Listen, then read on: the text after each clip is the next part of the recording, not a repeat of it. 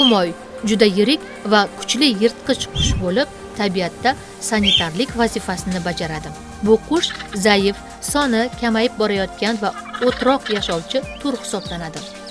O'zbekistonda G'arbiy Tian-Shan va G'arbiy Pomir Oloy tog'larida, shuningdek, Qizilqum cho'lidagi qoldiq tog'larda in quradi. Tasvirda ko'rib turganingizdek, tanasi keng, patlari qo'ng'ir rangda, boshi esa oqish patlar bilan qoplangan bo'ladi. Ular asosan boshqa hayvonlarning qoldiqlari, o'laksalar bilan oziqlanib, atrof muhitni tozalaydi. Qumoy qushi ko'pincha tik qoyalarda yoki baland cho'qqilarda in quradi. Qumoyning tarqalishi alohida mozaika holida bo'lib, uning soni yildan yilga kamayib bormoqda.